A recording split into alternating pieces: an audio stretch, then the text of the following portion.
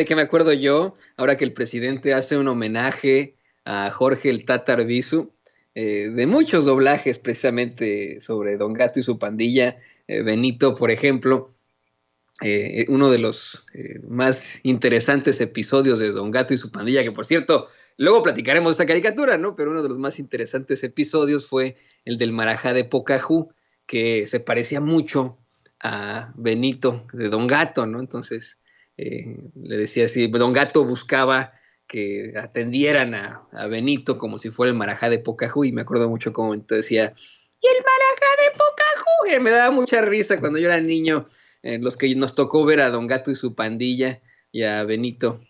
Fue muy interesante. Hoy el presidente, al terminar su conferencia de prensa mañana, dice que bueno, pues es hora del café con el pancito. Algunos dicen panecito, pero es pancito según yo. Y que bueno, pues recuerda a Jorge el Tata Arbizu porque es el que acuña la frase esta de quiero mi cocol. Se acordará usted también, muy interesante en su momento. Dice el presidente que Jorge el Tata Arbizu, a pesar de trabajar en Televisa, desafiándolo todo, ya que dependía de ese medio de comunicación de Televisa, pues fue de los pocos que junto a su esposa en su momento expresó su apoyo en favor de la lucha por la transformación de México. Fíjese qué interesante. Y que ahora pues lo dé a conocer el presidente a muchos años de su deceso.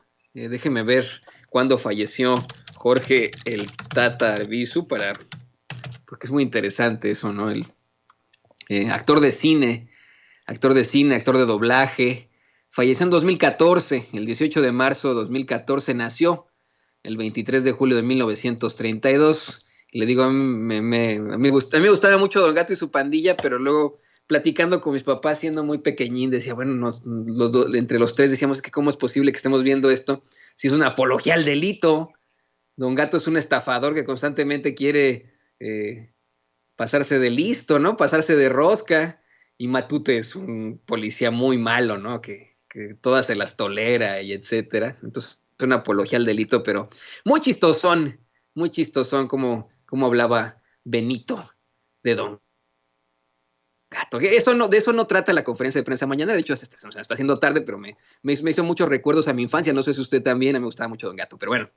Hoy el presidente López Obrador, híjole, vaya que dio datos importantes. Quiero destacar cómo es que con una serie de detalles, habla de cómo le robaron la presidencia para dársela a Calderón y cómo es que incluso cuando todavía no se tenía un resultado final, hicieron una especie de mesa en Televisa precisamente con los comunicadores más famosos. Estos, dice Ciro, yo no me acuerdo de Ciro, pero dice que Ciro Gómez Leiva, Denise Merker, López Dóriga y etcétera, que se constituyen una especie de tribunal electoral, que al principio él iba a la cabeza y de pronto pues todo comenzó a mutar.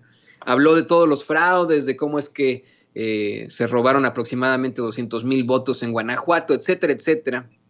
De eso habla el presidente López Obrador. Pero bueno, le digo, dio a conocer una serie de datos esta conferencia de prensa mañanera muy importantes, datos que verdaderamente, pues déjeme, los planteando uno por uno porque estuvo fuerte la conferencia. Mire, en principio, el presidente destacó la eficaz jornada de vacunación, asegura que todos los trabajadores de la salud en hospitales públicos y privados serán vacunados. Y bueno, esta situación en la que buscan en 3 días vacunar a todos está teniendo frutos. Dan a conocer pues los datos en esa conferencia de prensa mañanera y hacen enlaces a varios puntos de la República Mexicana. Uno me llama mucho la atención, miren, hicieron un enlace a Tijuana, otro a Chiapas, uno a Chiapas me parece, uno a Jalapa, otro a Mérida, otro a Puebla, otro a Toluca, déjeme le digo cuál otro. Esos son los lugares, a los hospitales a los que hace estos enlaces, siempre con miembros de las Fuerzas Armadas, con médicos, médicas, enfermeros, enfermeras, que se están aplicando ya la vacuna. Y lo que me llama mucho la atención es ese enlace que hacen al hospital rural de Ocosocuautla, ahí en Chiapas, que es también conocido como Coita. Usted sabe, Ocosocuautla es conocido como Coita también, porque me dio la impresión que el general de brigada que estaba, no es cierto, no sé qué tipo de general sea, pero el general que dio a conocer que hizo el enlace con el presidente López Obrador y con el doctor Alcocer, hasta casi se le salen las lágrimas, ¿no? Es muy interesante al hablar precisamente de la vacunación, de lo emocionados que estaban todos ahí. La enfermera dice, no, es que me la va a poner mi compañerita, confío en ella, que no sé qué, ¿no? El presidente hasta bromea con ellos. Y se ve mucha emoción en esa vacunación, en todas partes, obviamente, ¿no? Pero de la que sentí yo muchísima humanidad fue esa en Coita. Y está la frase histórica de calma, Coita, que vamos ganando. La frase la dicen al unísono tanto el presidente López Obrador como la enfermera a la que le aplican la vacuna, ¿no? Es así como, acuérdate de esto que dicen y a los dos les sale la frase, ¿no? Calma, Coita, que vamos ganando. Muy, muy interesante lo que pasa ahí en la conferencia de prensa mañanera en cuanto a las vacunas. Por otra parte, el reportero de Reforma, Antonio Baranda, le pregunta a López Obrador sobre la inseguridad, particularmente en Guanajuato. Le mencionó el asesinato de un diputado y la masacre de una familia. Le cuestionó si está fallando la estrategia en ese estado y el presidente le aseguró que están atendiendo la situación especial en Guanajuato, pero que sigue habiendo violencia. En efecto, lo reconoce. Le comenta que consideran que hay una profunda descomposición social en ese estado que se fue gestando durante años, que es una de las entidades con más crecimiento económico y al mismo tiempo una de las más violentas. Una situación que hemos planteado aquí en Sin Censura, en efecto, desde tiempos de Vicente Fox. Mucho crecimiento, pero también mucha desigualdad que provoca inseguridad. Por otra parte, Antonio Baranda de Reforma le cuestionó a López Obrador, le recriminó, porque esa es la palabra, ¿no? No hay otra forma, le recriminó que Human Rights Watch considera que es una aberración el hecho de que se elimina el INAI, ¿no? El Instituto Nacional de Acceso a la Información y Estadística. Bueno, es de esa cosa, ¿no? Ya sabe que tienen esos nombres aparte, déjeme se lo digo como es porque tampoco no lo quiero confundir a usted. Eh, Instituto Nacional de Transparencia, Acceso a la Información y Protección de Datos Personales, para nombrecito, pues a Human Rights Watch le parece una aberración que lo eliminen.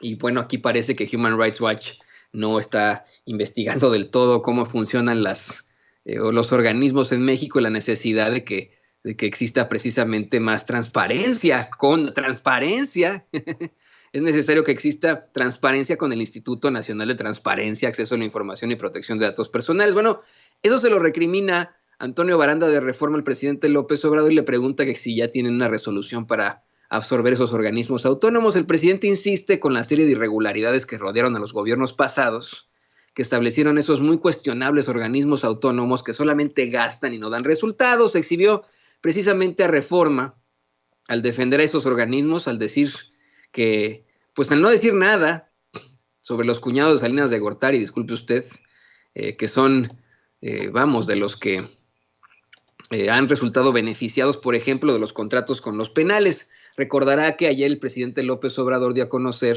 cómo es que los penales mexicanos están siendo operados por la iniciativa privada con una serie de irregularidades terribles.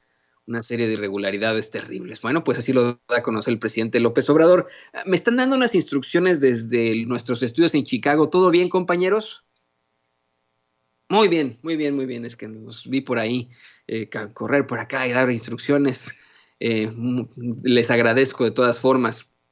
El presidente asegura que van a ahorrar porque se necesita apoyar a la gente pobre y necesitada. Ahora bien, vamos a analizar esa parte interesante que da a conocer el presidente López Obrador. Desde ayer había expresado que esos jugosos contratos para la operatividad en manos de particulares de los penales en México pues se beneficiaban a muchos influyentes, a políticos.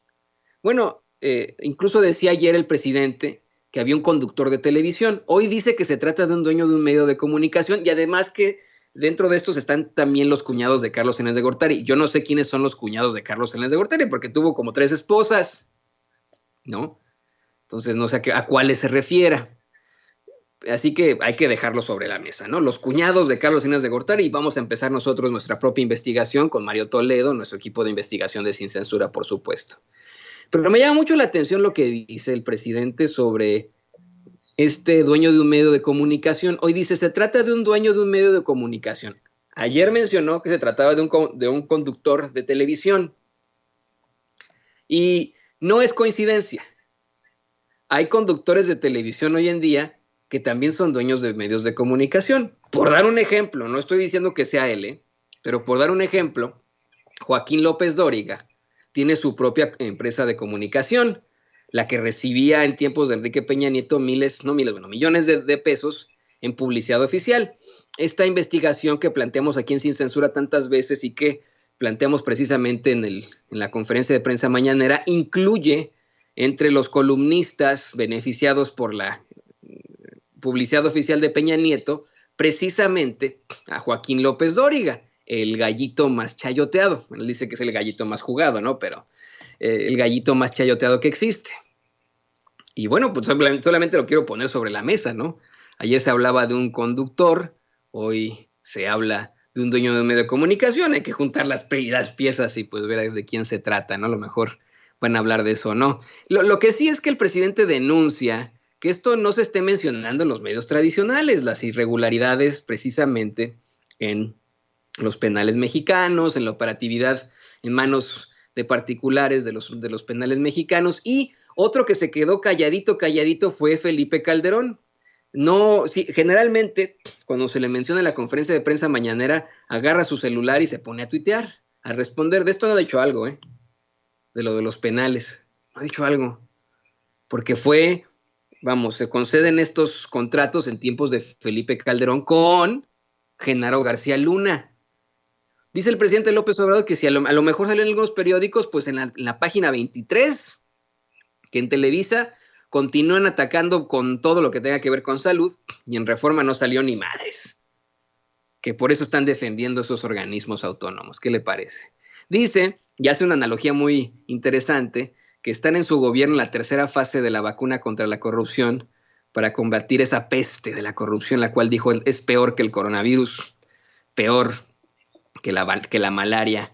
Así lo da a conocer el presidente López Obrador.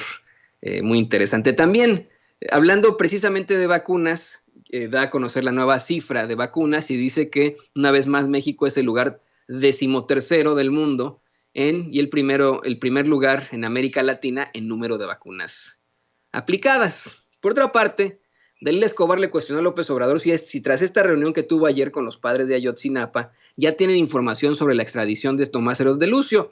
El presidente le dio la palabra al secretario de Relaciones Exteriores, a Marcelo Ebrard, quien aseguró que están trabajando en la Fiscalía General y que tanto México como Israel, donde se encuentra el tipo, están obligados a actuar a pesar de que no haya tratado de extradición cuando hay crímenes contra los derechos humanos. Pero pues que esto lleva tiempo, evidentemente están intentando llevarse a México a Tomás Herón de Lucio. Mejor que se lo traigan acá a Estados Unidos, a lo mejor acá sí enfrenta las consecuencias.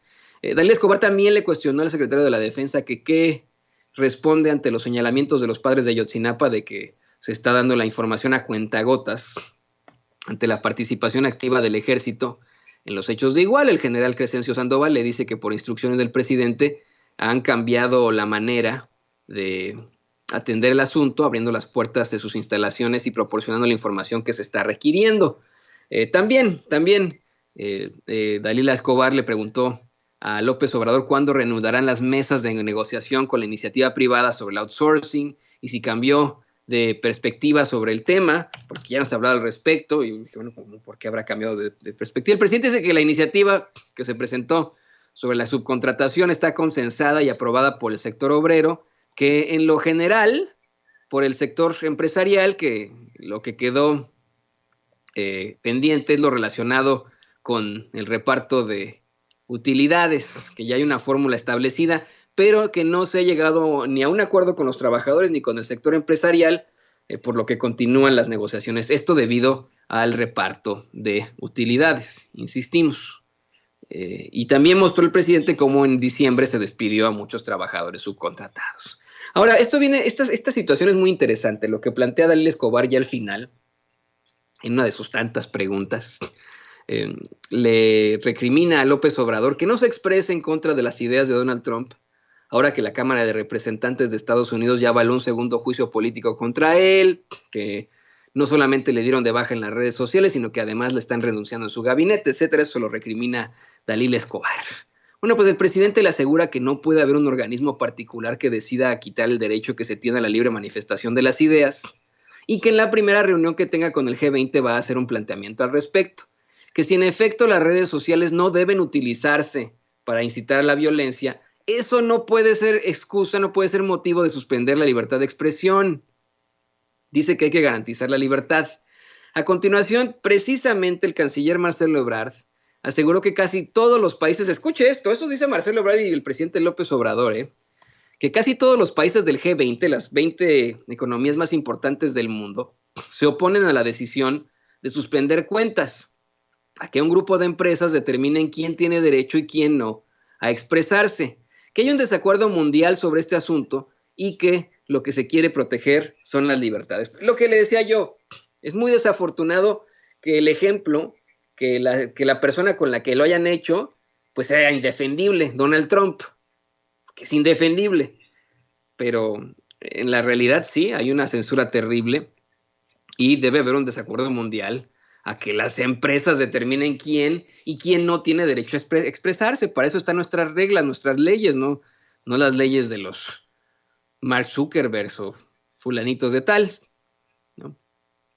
Por otra parte, el reportero de la Crónica, Daniel Blancas, también le recrimina a López Obrador que según esto hay servidores de la nación que no le han expresado, que a él le han expresado personalmente su resistencia a incorporarse al trabajo por sus raquíticos salarios, que ganan la 20ª parte de lo que ganan los subdelegados, para cuestionarles si les van a dar mejor estabilidad laboral y apoyo en general. El presidente le dijo que los servidores de la nación son promotores que están cumpliendo con su responsabilidad. La mayoría son mujeres y hombres con convicción y principios, gente a favor de la transformación, con amor al pueblo y al prójimo, no simples funcionarios públicos o burócratas, y que en medida de lo posible se les va a ayudar económicamente y se les va a apoyar. También le explicó el presidente López Obrador a Blancas, luego de que le planteara que traen en la Crónica una nota en la que denuncian que los centros integradores, esos en los que van a poner la vacuna, están inundados de basura, sin agua, sin baños, sin seguridad. Eso dice Daniel Blancas y eso dice la Crónica.